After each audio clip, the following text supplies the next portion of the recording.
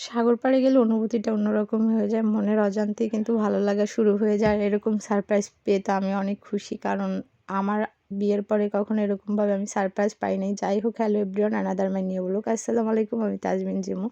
তো আমার হাসব্যান্ড আমাকে এবার অন্যরকমভাবে একটা অনুভূতি দিল আর অনেক বড় একটা সারপ্রাইজ দিল। তো আমার কাছে বেশ ভাল লাগতেছিল। সত্যি কথা বলতে আমি নিজেও জানতাম না। সে হুট করেই কিন্তু টিকিট কেটে এসে বলে, "রেডি হও তাড়াতাড়ি, আমরা কুয়াকাটাতে যাব, সাগরকান্না।" তো সবাই কিন্তু জলদি, জলদি করে রেডি হয়ে নিই আর ঝটপট করেই চলে যাই। তো অন্যভাবে সেলিব্রেশন করতে চাইছে খোলা আকাশের নিচে, সাগরের পাশে। আর সত্যি এরকম অনুভূতিটা অন্যরকম ছিল। মনটা একদম মানে শান্তি হয়ে গেছে যে আসলে চেষ্টা করছে যে না, তার ওয়াইফকে ভালো রাখার জন্য।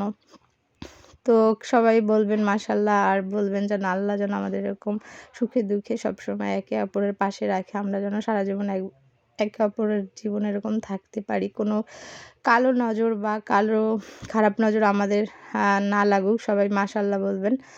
আর দেখেন, সে খুব হ্যাপি ছিল। আর আমাকে খুশি রাখার জন্য সে এই কাজটা করছে। সত্যিই ভাল লাগছে যে আসলে ৯ বছর পরে উনি আমাকে এরকমভাবে একটা সারপ্রাইজ দেবে বুঝে উঠতে পারি নাই। সত্যি নিজের কাছে একটা আনন্দ লাগতেছিল, ভালো লাগা কাজ করতেছিল। অসংখ্য ধন্যবাদ। আসলে ধন্যবাদ দিয়ে আমার প্রিয় মানুষকে ছোট করতে চাই না। সে অনেক ভালো মনের একটা মানুষ। সে সবসময় চায় আমি যেন খুশি থাকি। এটাই সত্যি কথা। আল্লাহ তাআলা তাকে ভালো রাখুক, এটাই আল্লাহর কাছে চাওয়া। আল্লাহ যেন তাকে সবসময় ভালো রাখে, সুস্থ রাখে। আর এরকম ছায়া হয়ে যেন আমার পাশে সবসময় থাকতে পারে। আল্লাহর কাছে এতটুকুই আমার চাওয়া, আর কিছু চাওয়া নাই তার কাছে আমার। আর আমার প্রিয় মানুষের কাছেও কিছু চাওয়ার নাই। সে যেন সবসময় আমাকে ভালো রাখে, হাসি খুশি রাখে, আমার মনে দুঃখগুলো না দেয়। এটাই আমার কাছে তার থেকে চাওয়া। আর কোনো গিফট আমার দরকার নাই। সেই আমার লাইফের বড় একটা গিফট। তাকে পেয়েছি, এটাই আলহামদুলিল্লাহ। সো দেখেন, আমার পরিবারের কেউ এখানে ছিল না। আসলে বোনও ছিল, আর ছিল ভাই ব্রাদার। যাই হোক, স্কিপ করতে হচ্ছে। এখানে আরও কারো অবদান ছিল ভাইয়াদের। তো তাদের নাম আমি বলতে পারতেছি না। তারপরে আপনার টুরিস্ট ছিল, তারা আমাদের করছে। তো এইখানে সব মিলে কিন্তু অনেক মজা করতেছিল। জানেন, আমি যে এখানে কতক্ষণ ওয়েট করতেছিলাম, আমার তো মেজাজটা অনেক গরম হয়ে গেছে। আসলে তো আমি জানতাম না যে আমার পাগলটা এগুলা করার জন্য আসলে ঘুরে বেড়াচ্ছে এখান থেকে ওখানে।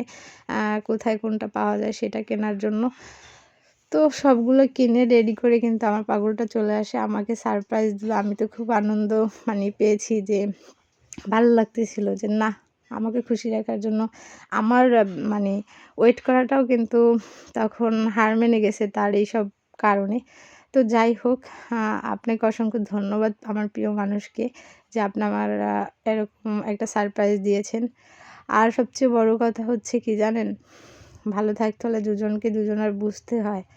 আর এরকম অনুভূতি কার, কার ভালো লাগে যে সাগর পাড়ে বসে ম্যারেজ অ্যানিভার্সারি সেলিব্রেশন করা? আমার কাছে তো বেশ লেগেছে।